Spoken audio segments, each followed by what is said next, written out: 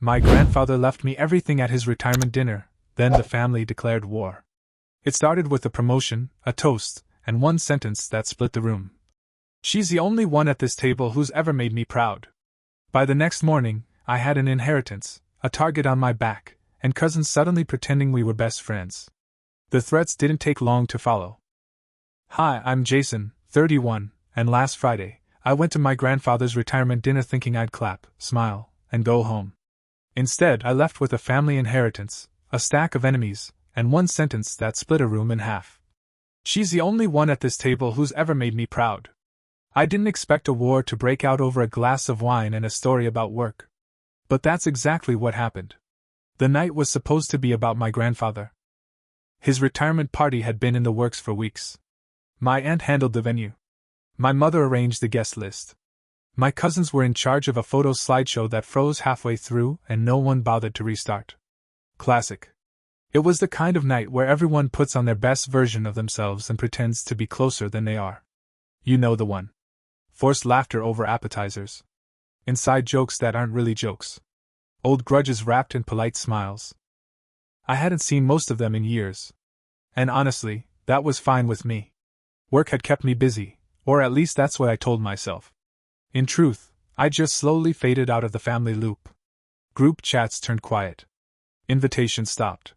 No blow-ups, no dramatic exits. Just slow drift. Like they didn't know what to do with me anymore. Still, this was Grandpa's night. So I showed up. Even brought a card. Dinner started well enough. There were some toasts, a few stories from his years at the firm, half-hearted jokes, and awkward applause. Grandpa, dressed sharper than a man his age should be able to pull off, stood and gave a short, sweet speech about legacy, work ethic, and family. There were tears, clinks of glasses. It should have ended there. But then I opened my mouth. I don't even remember why I said it. Maybe I was just proud for once. But I mentioned a promotion I'd received 2 weeks earlier. Director of Brand Strategy. A huge deal. Something I'd worked my ass off to earn. I told a little story about the campaign, how the client had tripled their budget after the first milestone. Normal stuff. That's when my uncle scoffed loud enough to silence the entire left side of the table. "You're just a family failure who thinks a degree makes you special." He didn't say it quietly. He said it like he was tossing a grenade he'd been carrying for years. The cousins laughed. My aunt didn't even pretend not to smile. My dad, sitting right next to me, took a long sip of beer like nothing happened. Me? I sat there still. Not because I didn't have words, but because I realized right then, with absolute clarity, that this wasn't about me. It never had been. They made up their minds about me years ago. The quiet one. The try-hard. The black sheep with a diploma and no one to toast him. I wasn't supposed to win. So I didn't say anything. But my grandfather did. He cleared his throat once, just that. And the entire room shifted. He set his utensils down, folded his napkin slowly, and said the sentence that turned my name into a lit match. "She's the only one at this table who's ever made me proud." Everyone froze. My uncle blinked like he'd misheard. My dad looked down. My aunt excused herself to the bathroom and didn't come back for 10 minutes. Even the waiter backed away with the cake. And my grandfather? He just looked at me and said, "We'll talk later." Just the two of us. Nothing more. But it was enough. I didn't touch dessert. I didn't speak. I just sat there and watched as the silence took root like mold. No one knew it yet, but that was the moment everything split. And the inheritance? Yeah, we hadn't even gotten to that part yet. The next morning, my phone buzzed at 7:30 a.m. It was Grandpa. His voice was calm as ever, like nothing earth-shattering had happened the night before. "Come over. I've got something to show you." I got there in under an hour. Same house I grew up visiting on weekends. Same driveway where I once learned to ride a bike. Same porch swing that creaked just right in the breeze. Only difference now? My chest felt like it was strapped to a live wire. He had coffee ready. 2 cups, black, no sugar, just how he liked it. There were 2 pieces of raisin toast on the counter, like when I was 10 and convinced raisins were candy. I half expected a long, winding speech. Some grandfatherly, "Ignore the noise" wisdom. But he didn't even sit down. Just walked to a drawer, pulled out a manila envelope, and dropped it on the table. It was his will. Signed, notarized, and updated as of 4 days ago. Everything was going to me. The house. The land. His savings. The car. Even the old boat out back he always pretended was still seaworthy. I didn't move. Didn't breathe. I didn't ask for any of this, I finally said. I know, he replied. That's why it's yours. He said he'd been watching everyone for years. The patterns. The visits that only came with askings. The help he gave that turned into expectations. Said he used to believe he had a strong family. Turns out I just had a stubborn one, he said with a tired shrug. He told me my uncle only called when something broke, an appliance, a friendship, his credit score. My dad only came around when he needed money for a surprise expense. The cousins? Ghosts unless there were leftovers or rumors of an estate. But you, he said. You still came by. You still helped without a reason. You just showed up. I sat there holding that envelope like it was made of glass. My brain kept flashing through every version of this moment I'd imagined in childhood, none of them real. And yet here I was. He looked me in the eye and said, You never expected anything. That's why you're the only one I trust not to ruin it. That line stuck like a hook in my ribs. I left a half hour later, envelope in my bag, heart beating like I just outrun something that had been chasing me for years. And by noon, the text started. Aaron, my cousin, out of nowhere. Hey stranger, I've been thinking about you. Miss our talks. We had never had talks. Josh, the other cousin. Dude, your career is killing it. Any chance we could grab coffee sometime? Pick your brain? He used to call me Brand Boy. Like it was a slur. Then came the gift basket. From my uncle. Wine, cheeses, crackers. The kind of thing you send a client, not a nephew. No apology. Just a card. Hope this finds you well. The next day, my aunt texted asking if I wanted to go to the spa. My treat, she said. That woman once told me I sucked the energy out of a room during a Christmas game of charades. And then my dad, my own father, called me. Said he wanted to reconnect. Said he was doing some thinking. Said maybe we should go fishing sometime, just like when I was little. We never went fishing. That was his thing with Josh. By the end of the week, I had 5 different lunch invitations, 2 e-gift cards in my inbox, and a voicemail from my mom that ended with, We just want to be close again, sweetheart. At first, I thought they were just embarrassed. Mortified from the dinner. But then I saw my uncle's face at Sunday brunch when Grandpa called me Bertie. No one had heard that nickname in a decade. That's when it clicked. They knew. Maybe someone told them. Maybe they pieced it together from the way Grandpa treated me now. But either way, they knew about the will. And suddenly, I understood the game. This wasn't reconciliation. This was a charm offensive. They weren't trying to make peace. They were trying to get back in line. Let's talk about the moment I knew for sure they were plotting. It was the family barbecue, Grandpa's idea. End of summer thing. Hot dogs, paper plates, those little watermelon chunks nobody eats but everyone pretends to want. He hadn't hosted one in years. Said it was time to get the family back together. Which I now understand was code for watch the circus unfold from the porch swing. Everyone came. The cousins brought too much energy, and not enough food. My aunt floated in with some Pinterest salad no one touched. My dad arrived carrying folding chairs he swore were just in case. My uncle rolled in like he was walking into a shareholders' meeting. Chest puffed, sunglasses on, hand on Grandpa's back like they were best friends. For the first hour, it was almost convincing. Fake smiles, exaggerated laughter, people fighting over who got to clean the grill. But tension clung to the air like smoke. Grandpa watched them like a referee at a rigged game. I just sipped my soda and waited. Then my uncle cornered me near the grill. He leaned in close, too close, and said, I've been thinking about what I said at the dinner. Might have gone too far. I didn't respond. He kept going. I mean, family's complicated, right? We all say dumb stuff. But your grandfather, he's been acting strange. Ever since the party. Saying weird things.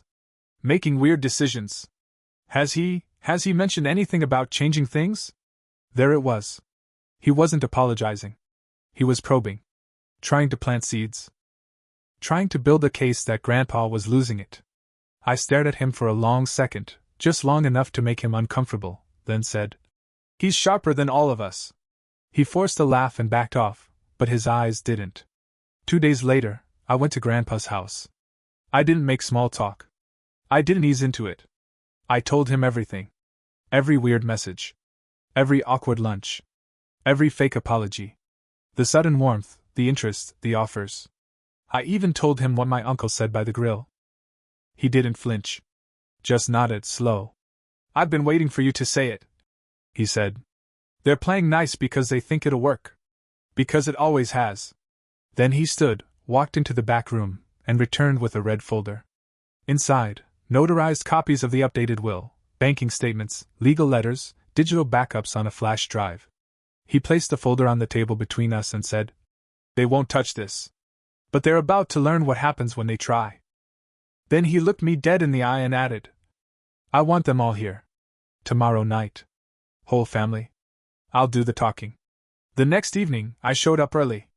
Grandpa's living room looked like a boardroom. Chairs in a circle. Coffee table cleared.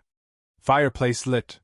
He sat in his chair like it was a throne, sipping black coffee like it was scotch. They trickled in one by one, confused but curious. My uncle was all smirks. My dad looked mildly inconvenienced. Aaron and Josh hovered near the door like middle schoolers waiting to be called out. My aunt wouldn't sit. My mom clutched her purse like it might save her. Once they were seated, Grandpa began. "I know someone broke into my garage," he said. "I know someone's been following Jason. I know about the letter, the surveillance, the threats. All of it." You could feel the air collapse. He didn't stop there. "You lost your share not because of Jason, but because of yourselves." Then he laid out the terms. Effective immediately, no more monthly transfers. No more quiet loan forgiveness. No more quiet deposits or car repairs or emergency bailouts. Everything was done. Then he dropped one more document on the table. A disownment clause. Legally binding. My uncle exploded first. "This is insane. You're being manipulated." My mom cried.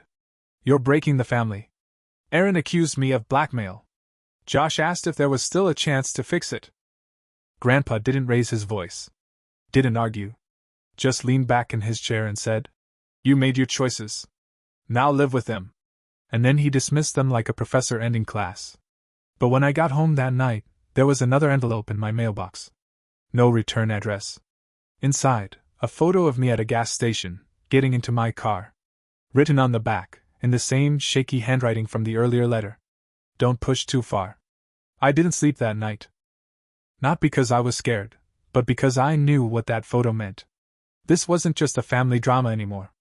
It had gone full political thriller. Gas station surveillance? Handwritten threats? I half expected someone to start using burner phones and quoting Shakespeare like a dollar store mafia movie. I didn't tell Grandpa. Not yet. I needed to be sure. So I started documenting everything. The photo. The handwriting. The earlier letter. The break-in at his garage. The group chat screenshots. Even the LinkedIn message where Josh called me. An inspirational pivot case. Whatever that meant. I created a timeline. Names, dates, context. Printed it. Backed it up to the cloud and an external hard drive. Made 3 copies and stashed them in 3 different places, one of which was literally under my mattress like I was starring in a paranoid indie film. Then I baited the trap. I started replying. Warmly. Just enough to pull them in. "Oh, thanks for the lunch invite, Aaron." "That'd be lovely." "Josh, totally open to talking marketing." "I'll bring my notes." "Yes, Uncle Pete, we should catch up sometime. Maybe at that diner near the courthouse." They came crawling, and I let them. Then I started setting meetings. Not dramatic confrontations, just little chess moves. One lunch. One walk. One quiet, let's clear the air conversation at a time. I met Erin first. She showed up in a beige trench coat like she was cosplaying at a brunch-themed intervention. Tears in her eyes before we even ordered. "I just want the family to heal," she said. "We've all made mistakes." I slid the photo across the table. She stared at it, expression gone. "I have the original," I said calmly. "And yes, I had the handwriting compared. Matches the letter." She opened her mouth to deny it. I didn't let her. "I've got the garage break-in timestamped, your texts, The listing reactivations under fake names, the surveillance footage, and everything else backed up in 3 places. And if I ever see another threat or feel someone following me again, I'm not calling the cops. I'm calling Grandpa. Her face crumbled. What followed was denial, then begging, then the kind of apology that sounds more like, "Please don't." I paid the check. Walked out. She deleted every social post she'd tagged me in that night. Josh was next. We met in a park, neutral ground. I laid out the same evidence. He tried to laugh it off. "You think this'll hold up?" He scoffed. "No," I said. "But Grandpa will." He went pale. I gave him the terms: stay away from Grandpa unless I'm present. No more visits. No more back-channeling. One whisper of scheming, and I dropped the whole folder on Grandpa's desk. He nodded. Fast. Erin deactivated her second Instagram account that same day. But Uncle Pete? He took longer. He thought he still had a shot at control. Tried to spin it as concern. "Your grandfather's getting old. Not thinking clearly. You've got him convinced you're some kind of hero." That's when I smiled, small and cold. "I'm not a hero. I'm just the one who finally stopped letting you treat loyalty like currency." He called me manipulative. I showed him the HOA report. The group chat. The Airbnb relisting under his wife's name. He said I was going to regret this. I said, "If you contact him without me again, I'll make sure you regret everything since 2006. Then I gave them the new rules. No contact with Grandpa unless I'm there. No visits without a week's notice. No showing up at my apartment, my office, or the gym I go to twice a year but still pay for. And if any of them broke the rules, the folder goes to Grandpa, his lawyer, and, if I'm feeling dramatic, the press." Suddenly, silence. Josh ghosted. Erin stopped texting. Uncle Pete didn't even show up to Grandpa's birthday. And the best part? Grandpa noticed. He asked me one afternoon why everything had gone so quiet. I smiled. "Maybe they're finally reflecting." He just nodded, slow and steady like a man who already knew the answer but didn't need to say it out loud. Because now they all knew one thing for certain. I wasn't afraid of losing them. They were afraid of losing everything. What they didn't realize. I wasn't done. The silence didn't last. It never does, not with people like them. They don't reflect. They recalculate. 3 weeks after I laid down the terms, my mom reached out with a new tactic: sincerity. She wanted to meet. "No guilt trips. Just talk," she said. Against my better judgment, I agreed. We met at a tired diner off the highway, one of those places where the booths are cracked and the coffee tastes like cardboard, but the lies flow smoother than syrup. She brought an envelope. That should have been my first warning. Inside were printed screenshots. Emails. Texts. Photos of me having lunch with Erin, talking to Josh, even the meeting with my uncle in the park. Everything I'd done to get them talking. Everything I'd documented. "I just want you to see how this might look to your grandfather," she said, like she was offering perspective, not blackmail. She called it context. I called it a threat. I stared at her for a long second. Then slid the envelope back across the table. "You think this proves I was manipulating them?" I said calmly. "Because I've got audio of you just now admitting it was collected to control me." I pulled my phone from my pocket and tapped the screen. Recording, 32 minutes and counting. Her face strained. "You recorded me?" "I record threats," I said. "And this one's going to the lawyer." She stood up so fast her coffee spilled. "You're tearing this family apart." "No," I said. "I'm just not taping it back together anymore." 2 days later, Grandpa called. I didn't even have to say a word. He said, "Send the recording to the lawyer." Then he added, "Let's make it permanent." That week, he removed both of his sons from power of attorney. Replaced them with me. Every financial decision. Every medical choice. Every signature from now on mine. When they found out, it was chaos. My dad left a screaming voicemail, for minutes of rage wrapped in nostalgia. My uncle emailed a multi-page threat laced with legal jargon he clearly didn't understand. Erin sent 12 texts in an hour. Josh tried calling from a blocked number. My mom. Just one message. "You'll regret this." But I didn't. Because now, they couldn't touch anything. Not the will. Not the house. Not Grandpa. Not me. Weeks passed. No calls. No cards. No surprise visitors. Not even an empty apology. Until one evening, Grandpa called me into the living room. He handed me a small, battered notebook, his. Inside, handwritten notes, thoughts, quotes he liked, observations. On the last page, one sentence written in sharp, deliberate pen. The quiet one was never weak. He was just waiting for the noise to stop. I didn't cry. But something in me let go. Later that night, I sat on the deck outside his house, looking out over the lawn. The same place where, weeks earlier, my uncle had smirked and my cousins had laughed. Now, only the sound of wind and creaking boards. I had protected something. Not just an inheritance, or a house, or even Grandpa's trust. I had protected the one thing this family forgot mattered. Dignity. So if they ever come back, they'll find the door locked, not out of spite, but because love without respect is just obligation. And I'm done with those. Let them gossip. Let them rage. Let them rewrite the story in whatever group chat they still have. Here's my version. I didn't tear the family apart. I just refused to let it tear me apart first. And in that choice, I finally became free.